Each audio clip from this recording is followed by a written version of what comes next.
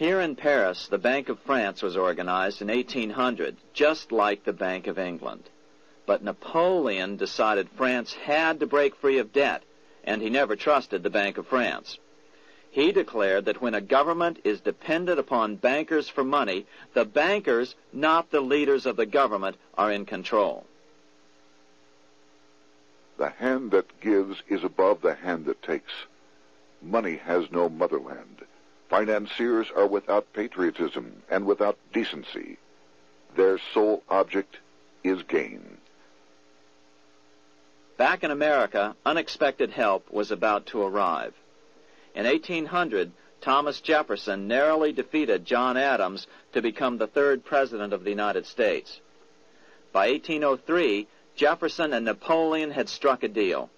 The U.S. would give Napoleon $3 million in gold in exchange for a huge chunk of territory west of the Mississippi River, the Louisiana Purchase.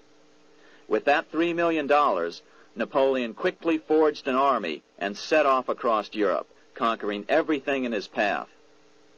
But the Bank of England quickly rose to oppose him. They financed every nation in his path, reaping the enormous profits of war. Prussia, Austria, and finally Russia all went heavily into debt in a futile attempt to stop Napoleon. 4 years later, with the main French army in Russia, 30-year-old Nathan Rothschild, the head of the London office of the Rothschild family, personally took charge of a bold plan to smuggle a much-needed shipment of gold right through France to finance an attack by the Duke of Wellington from Spain. Nathan later bragged at a dinner party in London that it was the best business he'd ever done. Little did he know that he would do much better business in the near future.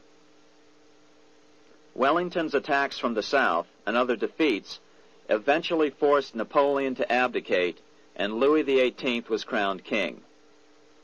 Napoleon was exiled to Elba, a tiny island off the coast of Italy, supposedly exiled from France forever. While Napoleon was in exile on Elba, temporarily defeated by England with the financial help of the Rothschilds, America was trying to break free of its central bank as well.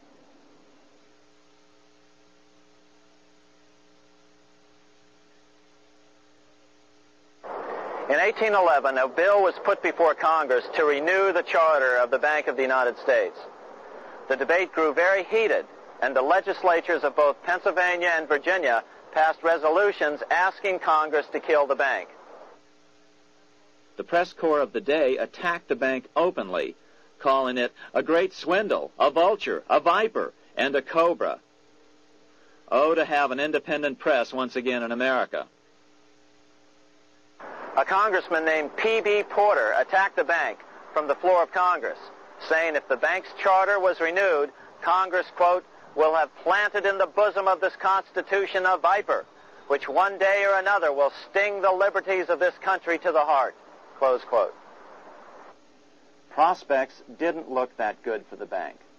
Some writers have even claimed that Nathan Rothschild warned that the United States would find itself involved in a most disastrous war if the bank's charter were not renewed. But it wasn't enough. When the smoke had cleared, the renewal bill was defeated by a single vote in the House and was deadlocked in the Senate. By now, America's fourth president, James Madison, was in the White House. Remember, Madison was a staunch opponent of the bank. His vice president, George Clinton, broke a tie in the Senate and sent the bank into oblivion. Within 5 months, England attacked the U.S., and the War of 1812 was on. But the British were still busy fighting Napoleon, and so the War of 1812 ended in a draw in 1814. Though the money changers were temporarily down, they were far from out. It would take them only another 2 years to bring back their bank bigger and stronger than ever.